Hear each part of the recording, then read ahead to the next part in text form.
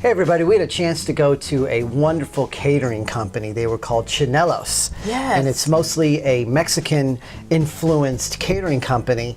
And I thought it was like a name of a person, Chinelos, but it's not. It actually means a mask. And what Chinelos is, it is a festival in Mexico that the Spanish, when they invaded, okay, they were allowed to give the people that they oppressed a chance to kind of have a festival and make fun of them. So what the Mexican culture did, they would make these masks, and it would look like governors and kings and priests and stuff, and they were allowed for one day to make fun of the oppressive European invasion at that time. Wow. So they did that to make fun of their oppressors. Yes, yes, Wow. but they were allowed to do that, maybe get it out of their system, and I thought that was pretty interesting how that is, and how we sometimes can wear masks and be something that we're not, and how we use masks in different situations in our lives. Yes, yes. You know, Yeah, and mask doesn't always have to be something negative. not at all. You know, I hear some people say take off the mask, and you Right. know, a lot of people a facade, and you know, but mask is good for different places or different settings are you going to be in. Absolutely, and I guess mask could also mean how we appear in public and appear in situations. Mm-hmm.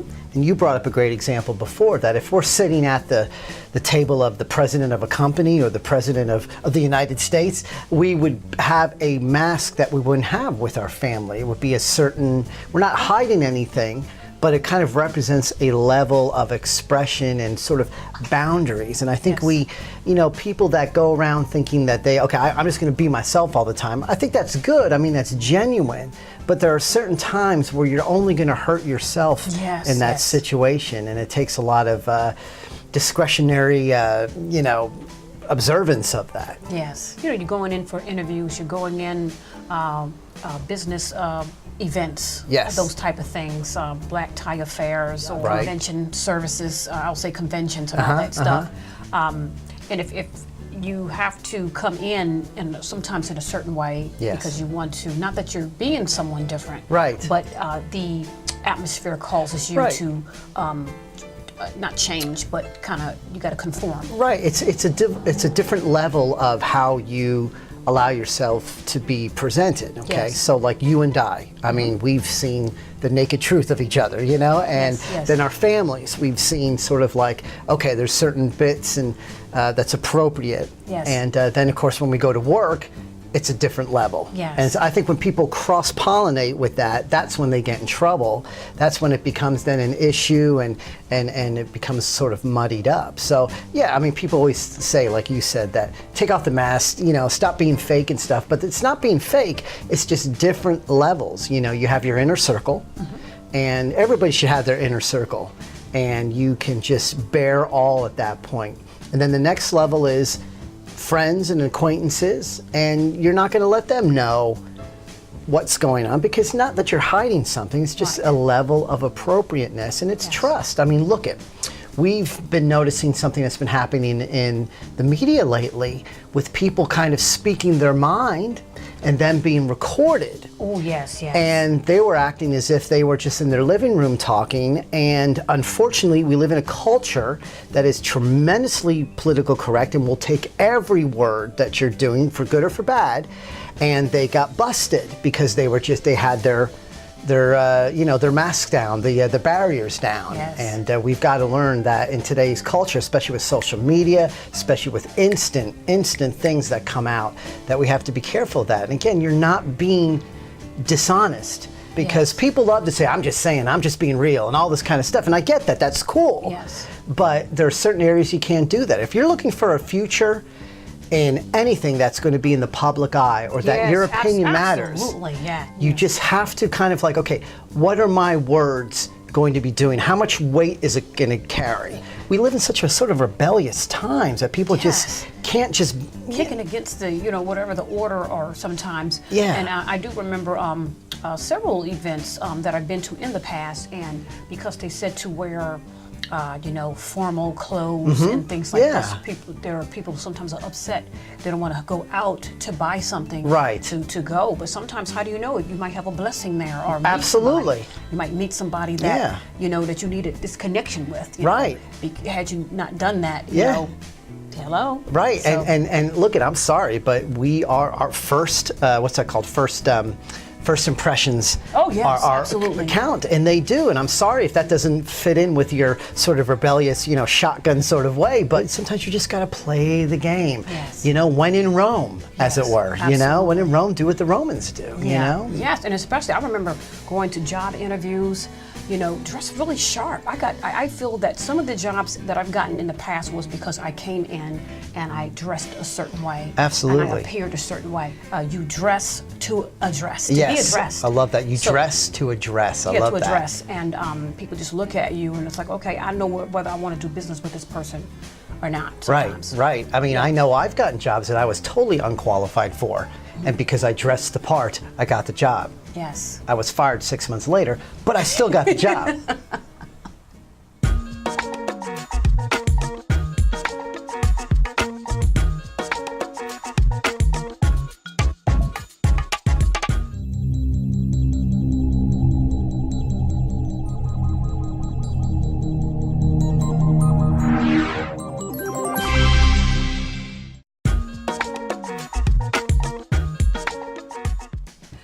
We got a chance to go out and interview the owners of Chinelos Yes. in Raleigh. Yes. And this is a dynamic team. Absolutely. Carlos and Miguel. Yes. Yes, they became our instant friends when we were planning for a wedding rather quickly. Our wedding plans kind of get quickly, and we were trying to figure out who's going to do the catering. And you had found them, actually. Yes, I found them. How do you found them? Well, I just Googled, and I was Okay. looking for, a good, affordable catering company to Right. provide the food for the wedding. Yes, yes. And it was almost like at the last minute. It was at the last minute. And so I was kind of looking around because the prices were so high. Yeah. And so I called Miguel. He answered the phone. Yeah. And I said, well, we're going to have about 100 people. Right. I said 80 to 100 people. And Yeah. he said, here's the menu. Right. He said, on the website, and I kind of picked out different things. Yes. And I was like, wow, Chinelos Catering? Yes. You would think because he's Mexican Right. that it would be just Mexican food. Right. But these guys are really, really gifted in cooking for different nationalities. Everything, absolutely. Yes. I mean, Miguel worked the whole circuit of cooking through all types of restaurants, and he really had a keen eye and a keen interest in learning how to do all types of different cuisines. And I know one of the things they kind of struggle with, because you think, okay, Mexican catering, it's Mexican food. Mexican food is awesome, Yes. don't get me wrong. However, that's not the only thing that they do, and that Yes. kind of struck us. And, Yes. But the level of professionality they had, the comfortness that they gave us, because we were kind of under the stress level, and he did so well that it wasn't even an issue that we even, I mean, I'm a man, so I didn't really think of it that day. Yes. But how was it to you? Was it stressful thinking that, is the catering going to be good at the reception and everything? Right. Yeah, so it was okay for you. Yes, it was okay. Yeah, and it was really good. So when I finally got to see the spread and how well it was done and artistically done, all those things of how it was placed and prepared, yes. it was awesome. Yeah, Yes. the food was delicious. It was American food, and ours were buffet style. It was Yes, very yes. beautiful, and we had a choice to pick from. It was like 5 different things. Right. We had some meatballs. We Yeah. had these wraps, and just cut up, and we had a great big fruit tray, very decorative. brilliant. Very beautiful, and he set it up so nice. They It did. was really, They did. really great. And what was really cool is they had some other events that day.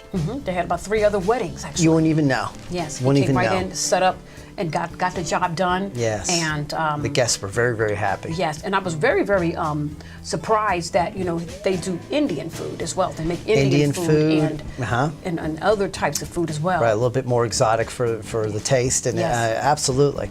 Well, that's the thing is, both of those guys want to learn how to upgrade what they do to expand. There's Yes. a standard of excellence with them, and that's why we immediately fell in love with them and thought that if we're ever going to do something about catering or cooking, Yes. those guys we want to get, and Yes, it's a all the terrific time. story. Yes. Terrific story. Yes, they have my business. Yes, absolutely. Absolutely. And I just like those guys. Very hospitable. Very hospitable and humble. Yes. And down to earth. Very down to earth. Yeah. Very nice. And you know, when I needed them, you know, we called them and made sure everything was fine. They made you feel good. Yes. You know, that everything was taken care of Yes. while we got some other things taken care of too Absolutely. that day. So I really like those guys. Chinelos Catering. Yes. That's a place if you're going to have a wedding or any type of event. He did also say about birthday parties. He said the Sweet 16 birthday parties. Sweet 15, because in Was it Mexican 15? culture, in the Catholic Mexican culture, Okay. they have 15 years old is actually the coming out, the Sweet the 16, but they call it Sweet okay. 15. Yes, yes. Yes. And they have a name for it, and I can't remember. Since I was a kid, I always wanted to have my own business. So I met Miguel, and he always liked to cook. He was cooking all the time. So we decided to cook for our friends for a surprise birthday party. So we started like that. I was born and raised in Mexico, and when I turned 18, I decided to immigrate to North Carolina. It was kind of hard to take that decision because when you're on that age, you don't expect to immigrate by yourself, to go to a new place that you don't know anything, you don't know the language, you don't know how to, basically you don't know anything about it. So it was kind of hard. The thing that I love the most about the business that I do is when people is very pleased with what we do. To know that people is very happy with their meals at the weddings or at parties, and they're telling you, or they send you a letter or even an email or a text message. They're telling you that they are very happy because they hire you. That's the best thing that you can. It's not about the money, it's about the feel, the satisfaction that you have at the end of the day that they trust you and you accomplish everything. They were very happy. That's the best thing, I will say that. The touch that we have, the special touch that we have on every single catering is to know the people. It's not everything by the phone or by emails. It's to know people, to sit with them and discuss what they want, how they want the things, to talk about it, to deliver what they want. That's the special touch that we on Chinelos Catering is what we have. There is a tradition that when Spaniards came to Mexico, they had their own villages, and they had the native people working for them. So in those days, when they had to collect all they had to harvest everything, all the people were invited to their celebrations. So in mockery of them, they started to have these dances and dressing up like them. So every year when they were doing it, it becomes more like a tradition. So now that tradition reflects to the culture that every time somebody had a big event, they had to have those chinelos as part of the event. So that's the main idea that we got from.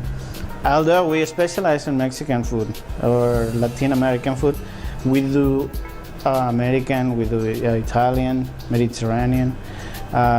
We have different types of cuisine. Like people comes with an idea, and we try to develop that idea, and even we do fusion food.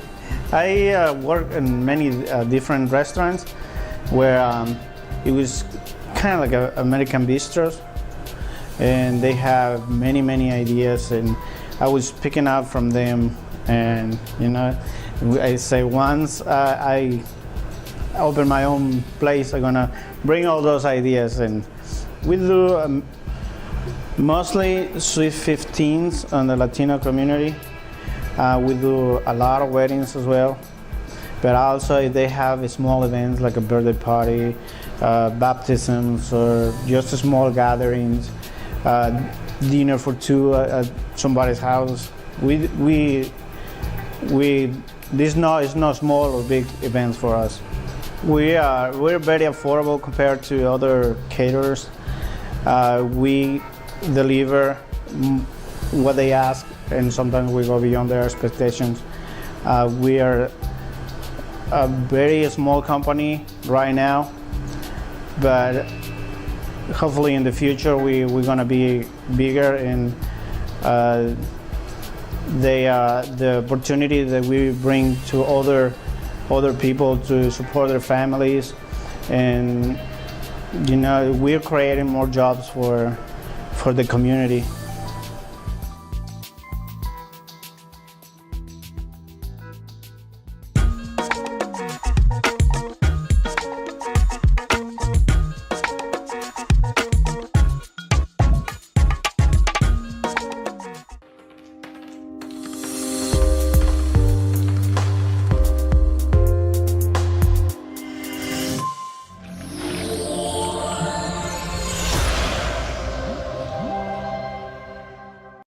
We are Coffee and Cream here at Chinelos catering service here in Garner, North Carolina. Chinelos been around for 7 years in the North Carolina area, and I am here today with Chef Miguel. And what are we cooking today? Oh, today we're gonna show you how to cook governor's chicken. We're gonna be preparing that with a mixed green salad and some rice. We like to make a little spin on all of our dishes. We do fusion dishes. Yes. This is one that we're gonna do a little bit differently. All right, awesome. So we're going to do governor's chicken, and then he's going to do the New York strip steak. So let's get busy. Let's see what you got here. Alrighty. Yes, we had to marinate this for at least 1 day. Okay. Well, to penetrate all the flavors, this is basically an Italian dish. It's made with Italian herbs Yes. and vinegar. Yes. So the way that we like to do it is we prepare this on the grill, and then we put them in the oven to finish cooking all the way through. Okay. Here. All right. Okay. Have a nice grill marks. Yes. This marinade we can spread it on top as well, just to keep moisture. Okay. Okay. In the meantime, I think we're gonna start doing the preparation for the mashed potatoes. Okay. Here I have some small potatoes. Yes.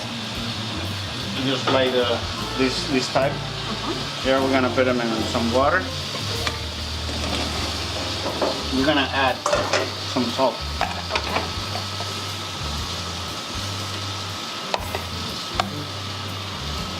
There you go. So meanwhile, it is cooking. Okay.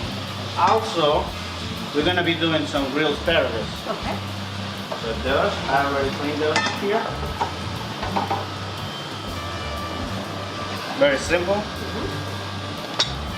Some oil, olive oil,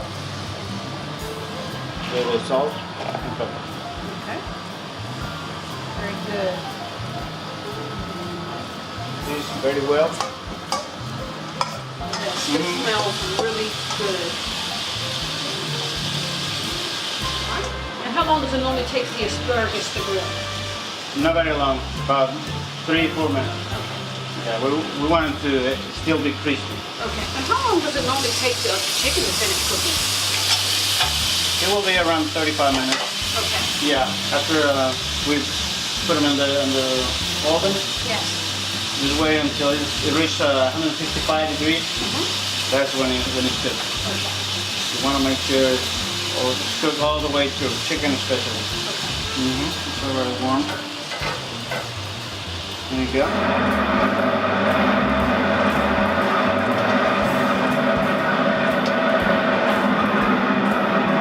Who's going to put this in the oven?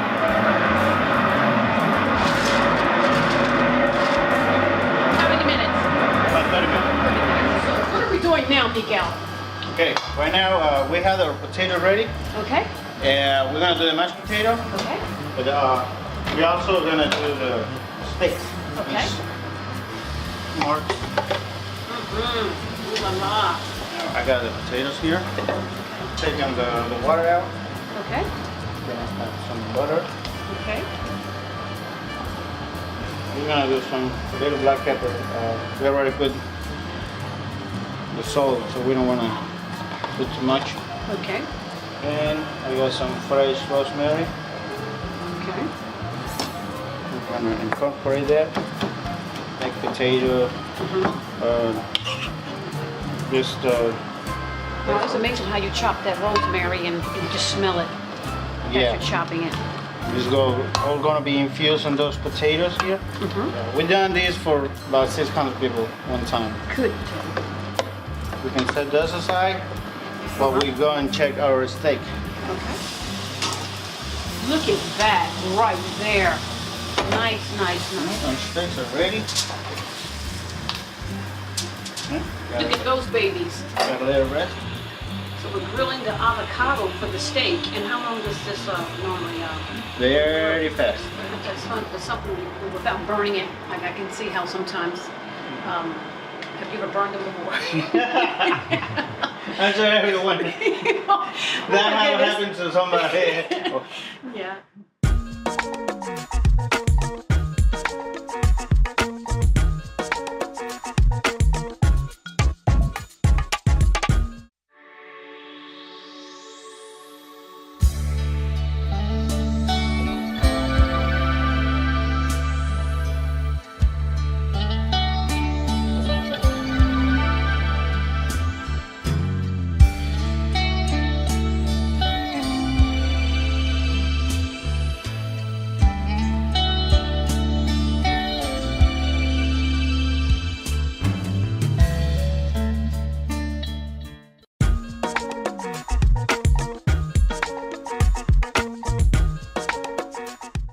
We got mashed potatoes. We got the roasted. And then Wow, let's take out the chicken now. Yes. okay, now we're gonna do the salad. So what type of dressing is this? It's a raspberry vinaigrette. Spring mix, spring salad mix. Okay. Some roasted almonds. Oh.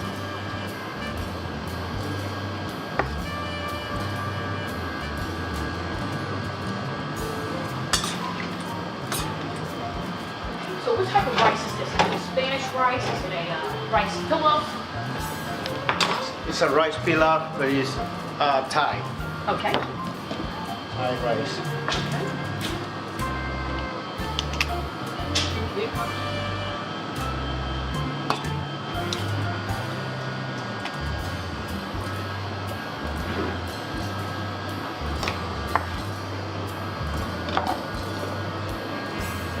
And more chicken. All right, the mashed potatoes and steak. Whew. Lovely.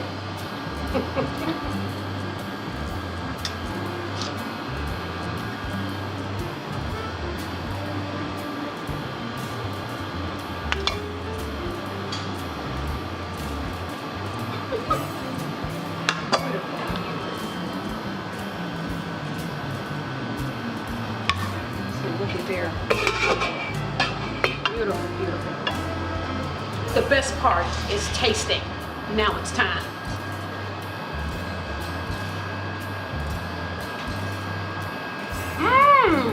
Very, very good. Very good.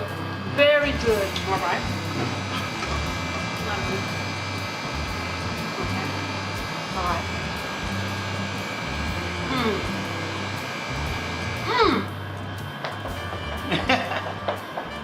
Woo. This is some good stuff here.